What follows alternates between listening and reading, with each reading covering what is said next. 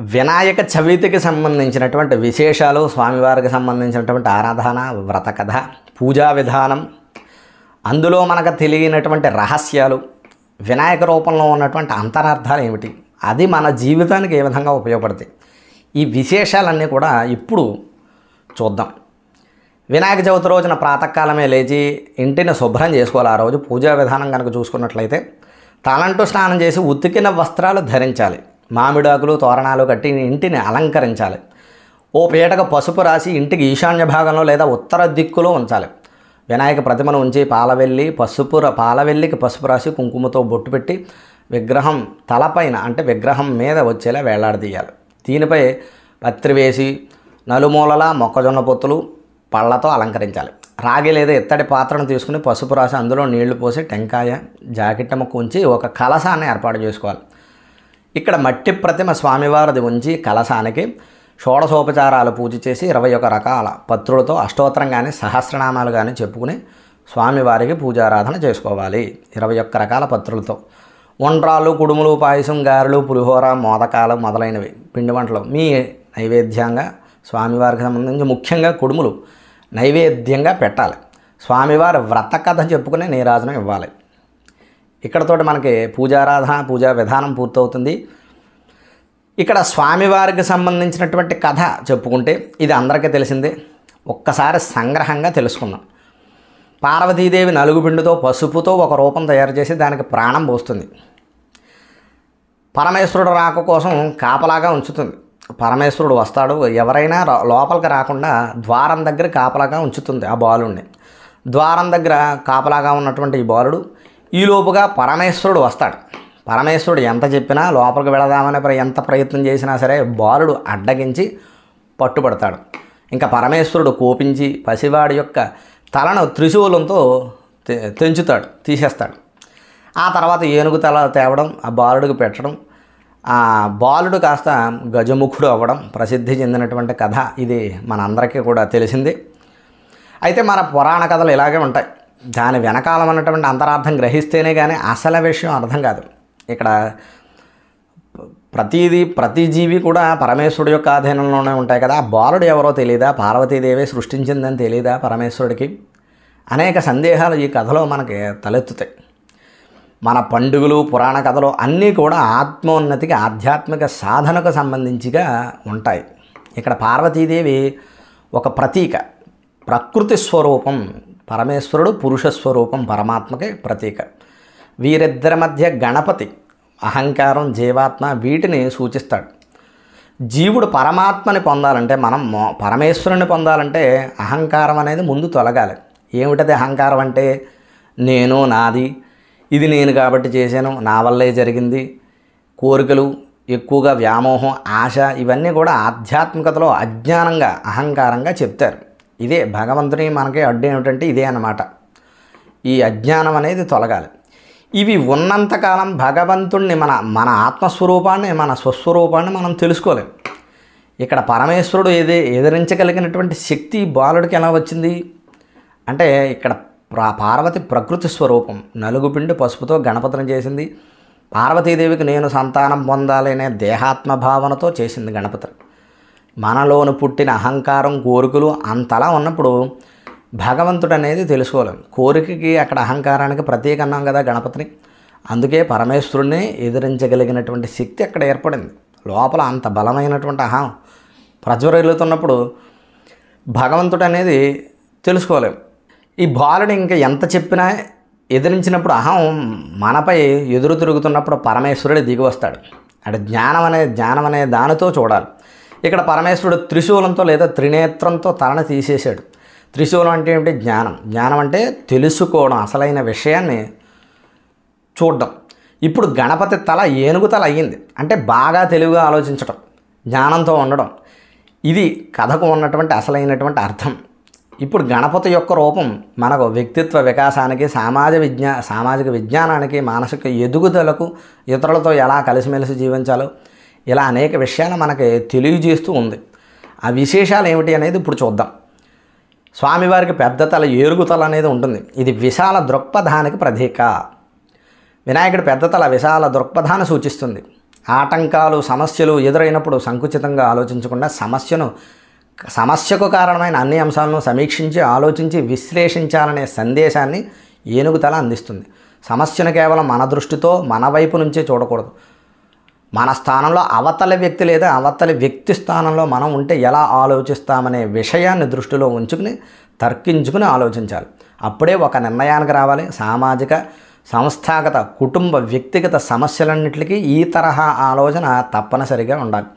విశాల దృక్పథమే విజయాలకు నాంది అనే సందేశాన్ని వినాయకుడు ఏనుగుతల రూపంలో మనకి అందిస్తూ ఉన్నాడు. స్వామివారికి చాటంత చెవులు, సహనం, శ్రవణశక్తి. వినాయకుడి చెవులు సహనశక్తికి ప్రతీక. వినాయకుడి చెవులు సాధారణమైన చెవుల కన్నా 10 పెద్దవిగా ఉంటాయి. ఎక్కువగా వినే అలవాటు చేసుకోవటానికి పెద్ద చెవులు ఉదాహరణగా నిలుస్తాయి. మనకు నచ్చిన మాటలే వినడమే లక్షణం సాధారణంగా ప్రతి వ్యక్తిలోనూ ఉంటుంది.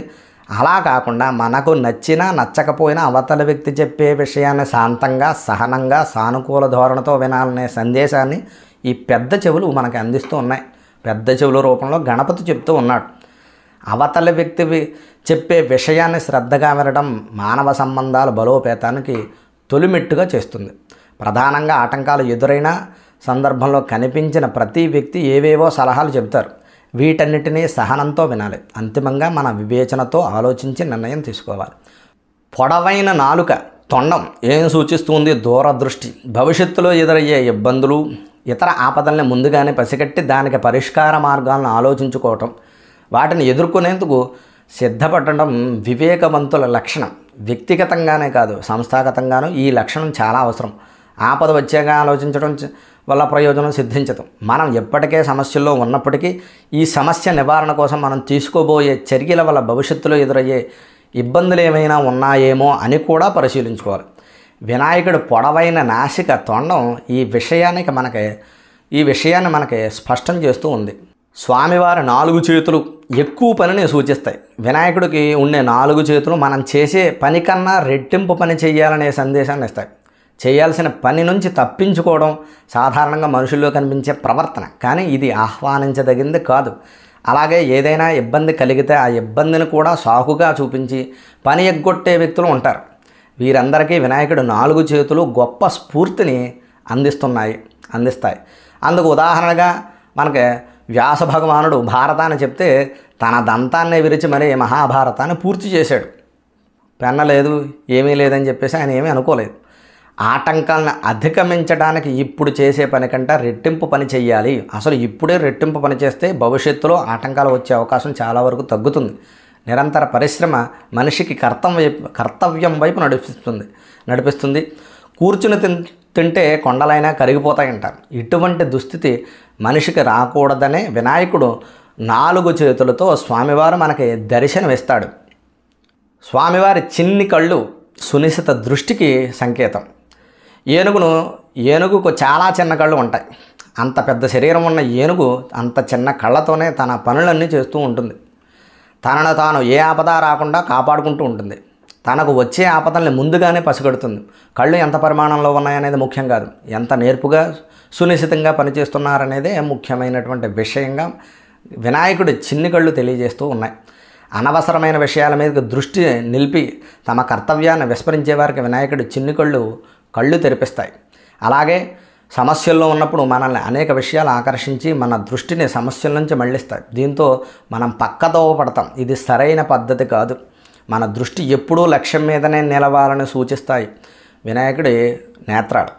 వ్యక్తి నుంచి వ్యవస్థ వరకు ప్రతి ఒక్కరూ సమస్యల్లోని కీలకమైనటువంటి అంశాలపైన మాత్రమే దృష్టి నిలపాలని ఇవి ప్రకటన చేస్తూ ఉన్నాయి. కనిపించని నోరు, చేతలకే ప్రాధాన్యం. వినాయకుడు ఆకారాన్ని పరిశీలిస్తే నోరు కనిపించదు, చేతలకే ప్రాధాన్యంతో ఇవ్వాలని సూచిస్తుంది. పొడవైన తొండం అంటే ఆశయ సాధనకు చేతలే తప్ప మాటలు అవసరం లేదనే విషయాన్ని వినాయకుడు తన కనిపించని నోరు ద్వారా సందేశం ఇస్తున్నాడని గ్రహించాలి. ముఖ్యంగా ఆటంకాలు ఎదురైన సందర్భంలో అయోమయానికి గురై చేయాల్సిన పని మర్చిపోయి మాటలతో కాలం గడిపేస్తూ తనతో పాటు తోటివారికి, కుటుంబ సభ్యులను కూడా మరింత ప్రమాదంలోకి పడేస్తారు కొంతమంది వ్యక్తులు. వీరందరికీ వినాయకుడు గుణపాఠం చెబుతూ ఉన్నాడు. ఎక్కువగా మాట్లాడడం మానవుడిలోని బలహీన స్వభావానికి ప్రతీక. ఈ బలహీనతను మన శత్రువులు పూర్తిగా వినియోగించుకుని మనల్ని మరింతగా సమస్యల్లో పడేస్తారు. అలాంటి సందర్భాల్లో వినాయకుడిని ఆదర్శంగా తీసుకోవాలి. తొండం వెనుక నోరు ఉంటుంది వినాయకుడికి. అంటే మాటల వల్ల ప్రయోజనం లేదు, చేతల వల్ల మాత్రమే నీ సమస్య పరిష్కారం అవుతుందనే సందేశం వినాయకుడి స్వరూపం మనకి అందిస్తూ ఉంది. స్వామివారి ఏకదంతం ఆత్మవిశ్వాసానికి ప్రతీక. ఇతర జంతువులకు కొమ్ములు ఎలాగో ఏనుగుకు దంతాలు అటువంటివి. ఏనుగుకు తనను తాను రక్షించుకోవడానికి మాత్రమే కాదు, దాని అందాన్ని పెంచడానికి కూడా కొమ్ములే ఉపయోగిస్తాయి. కొన్ని సందర్భాల్లో ఏనుగుకు తన దంతాలతోనే పెద్ద పెద్ద బరువులు మోస్తుంది. ఈ కొమ్ములు మనిషికి ఉండాల్సిన ఆత్మవిశ్వాసాన్ని ప్రకటిస్తాయి. ఆత్మవిశ్వాసం ఉంటే ఎంతటి కష్టాన్నైనా ఎదుర్కోవచ్చనే సందేశానికి ఏనుగు కొమ్ములు మనకి సందేశాన్ని అందిస్తూ ఉన్నాయి. ఇక్కడ ఒక విషయాన్ని జాగ్రత్తగా పరిశీలించాలి. ఏనుగుకు ఏ కొమ్ములైతే అందాన్ని ఇస్తాయో, ఏ కొమ్ములైతే బరువులు మోయడంలో సహాయపడతాయో అవే కొమ్ములు ఒక్కోసారి అడ్డంగా మారి పని చేయనివ్వవు. అంటే ఆత్మవిశ్వాసం ఎక్కువైతే పని చేయలేము సరికదా, ఆ ఆత్మవిశ్వాసమే అహంకారంగా మారిపోతుంది, మన అభివృద్ధికి ఆటంకంగా మారుతుంది. అందుకే వినాయకుడు ఒక కొమ్ము తగ్గించుకున్నాడు. అంటే అహంకారాన్ని తగ్గించుకోవాలని సూచనప్రాయంగా చెప్పాడు. మనిషి కూడా ఈ ఆదర్శాన్ని పాటించాలి. ఆత్మవిశ్వాసం ఆయుధంగా ఉండాలే కానీ అహంకారంగా మారకూడదనే విషయాన్ని ప్రతి మనిషి ప్రతి క్షణం గుర్తు చేసుకుంటూ ఉండాలని మనకు స్వామివారు చెబుతూ ఉన్నారు. లంబోదరం అంటే పెద్ద పొట్ట, సానుకూల దృక్పథానికి ప్రతీక. వినాయకుడి పెద్ద పొట్ట ఉంటుంది. ఎదురయ్యే ప్రతి పరిణామాన్ని సానుకూల దృక్పథంతో స్వీకరించాలనే సందేశం ఇందులో ఉంది. తిన్న వస్తువును జీర్ణం చేసుకోవాలంటే ముందుగా దాన్ని కడుపులోకి పంపించాలి. అక్కడ జీర్ణ వ్యవస్థకు తగిన ప్రక్రియ జరుగుతుంది. జీర్ణ వ్యవస్థకు పెద్ద పొట్ట అపారమైన జీర్ణశక్తికి సంకేతం. ఆశయ సాధనలో ఎదురయ్యే ప్రతి కష్టాన్ని జీర్ణించుకోవాలని వినాయకుడు లంబోదరం సంకేతం ఇస్తుంది. జీర్ణం చేసుకోవటం అంటే ప్రతి విషయాన్ని ప్రతిస్పందించకుండా ఉండటం అని అర్థం కాదు. సంఘటనను అర్థం చేసుకుని దాని ద్వారా అనుభవసారాన్ని గ్రహించి భవిష్యత్తుకు పాఠంగా మార్చుకోవాలనే సూచన ఇందులో ఉంది. వ్యక్తిగతంగా మెరుగైన జీవితం పొందడానికి కూడా ఈ లక్షణం ఎంతో అవసరం. ప్రకృతి నేర్పే విజ్ఞాన పాఠాలెన్నో. వినాయకుడు అంటే ప్రకృతి మహాగణపతి, మట్టితో పుట్టినవాడు. భూమిని ప్రకృతి సంపదను కాపాడుకుంటే అది మనల్ని కాపాడుతుందనే వినాయక చవితి సందేశం. గణపతిని 21 రకాల పత్రతో పూజించాలంటారు. ఎందుకంటే పంచేంద్రియాలు జ్ఞానేంద్రియాలు కలిస్తే మొత్తం 10. వీటికి ప్రవృత్తి నివృత్తి కలిపితే 21 అవుతాయి. ఇవి 21 రకాల పత్రి. అవన్నీ సిద్ధి బుద్ధి చేకూర్చాలని కోరుకోవడమే పత్రి పూజలో ఉన్నటువంటి అంతరార్థం. అంతేకాదు పూజించే ప్రతి పత్రులోనూ ఔషధ గుణాలు అనేవి ఉంటాయి. అవి కుటుంబ సభ్యుల ఆరోగ్యానికి ఆనందానికి అనేవి దోహదం కలిగిస్తాయి. వినాయక చవితి నాడు వివిధ రకాల పండ్ల వాడకం ఎంతో ప్రతీతి. పాలవెల్లికి కట్టడానికి, భక్తితో గణపతికి నివేదన చేయడానికి వాటిని ఉపయోగిస్తారు. వాటిల్లో చాలా మట్టుగా మహిళల ఆరోగ్యానికి దోహదం చేసేవే. మొక్కజొన్న పొత్తుల్లో పీచు అధికంగా ఉంటుంది. దీనివల్ల అనవసర కొవ్వు చేరుకోదు. వాటిల్లోని ఫోలెట్ కణాలు గర్భధారణ సమయంలో కొత్త కణాల ఉత్పత్తికి సహకరిస్తాయి. సీతాఫలంలో క్యాన్సర్ రాకుండా చూసేటటువంటి ఆక్సిడెంట్లు అధికంగా ఉంటాయి. బత్తాయిలు నారింజల్లో విటమిన్ సి ఉంటుంది. గర్భిణులకు అపారమైనటువంటి ఫోలిక్ ఆమ్లం, పీచు, పొటాషియం పెద్ద మొత్తంలో వీటి నుంచి అందుతాయి. చింతకాయల వ్యాధి నిరోధక శక్తిని పెంచుతాయి. సామాజిక విజ్ఞానానికి ప్రతిబింబం. సామాజిక జీవనానికి వినాయక చవితి ప్రతీక. పత్రి సేకరణలో, పాలవెల్లి అలంకరణలో, పూజా ద్రవ్యాలను సమకూర్చడంలో, పుస్తకాలు పక్కన ఉంచి పూజ చేయడంలో పిల్లల భాగస్వామ్యం అధికంగా ఉంటుంది. పూజకు పుష్పాలు తెస్తే శారీరక దారుఢ్యం ఉన్నవారు చెట్లెక్కి వెలగపండ్లు కోసి తెచ్చేవారు. భయం లేని చిన్నారులు పొదల్లోకి వెళ్ళి మరీ ఉమ్మెత్త వంటివి పట్టుకొచ్చేవారు. ఇలా వారి వ్యక్తిత్వాలు వెల్లడయ్యేవి. సేకరించిన వాటిని అందరూ పంచుకునేవారు. ఈ ప్రక్రియ వల్ల అరిటాకుల్ని పిలకల వద్దకు వస్తే మళ్ళీ పెరుగుతాయనే వ్యవసాయ జ్ఞానం వారికి అబ్బేది. మట్టికి కొమ్మరి, పాలవెల్లికి వడ్రంగి, ఫలపుష్పాదులకు వ్యవసాయదారులు, వెదురు బుట్టలకు మేదరి, గ్రామీణ వృత్తుల ప్రాధాన్యం తెలపడం ఈ పండగ ప్రత్యేకం. కాలం మారినా ఏ ప్రాంతంలో ఉన్నా ప్రతి వృత్తి మీద గౌరవం చూపాలనేదే సంకేతం మనకి ఇస్తూ ఉంది వినాయక చవితి. ఇదంతా కూడా సామాజిక విజ్ఞానానికి సంబంధించింది. అలాగే వినాయకుడి ప్రతిమ మట్టితో తయారు చేయడమే సంప్రదాయం. బంకమట్టి తెచ్చి పిల్లలు వినాయకుడిని తయారు చేస్తారు. ఒకరు ఒక రకంగా, ఇంకొకరు మరో రకంగా చేస్తూ ఉంటారు. చూస్తుండగానే అవతల వారిది బాగా రూపుదిద్దుకుంటుంది. బాగా రాని వారికి వేరొకరు సాయం చేస్తారు. మనసుల్లో పోటీ పెరుగుతుంది. వచ్చే ఏడు మరింతగా బాగా చేయాలనే తపన పెరుగుతుంది. కళాత్మక జిజ్ఞాస పెరగడానికి ఇది ఉపయోగపడుతుంది. ఇలాగా మన సంప్రదాయాల్లో వచ్చే పండుగలు, భగవంతుని యొక్క రూపాలు, వ్రత కథలు మన మానసిక వ్యక్తిత్వ వికాసానికి, ఆధ్యాత్మిక సాధనకు మనకు ఎంతో ఉపయోగకరంగా ఉంటాయి. ఇది వినాయక చవితిలో ఉన్నటువంటి అంతర్లీనమైనటువంటి అర్థాలు, విశేషాలు.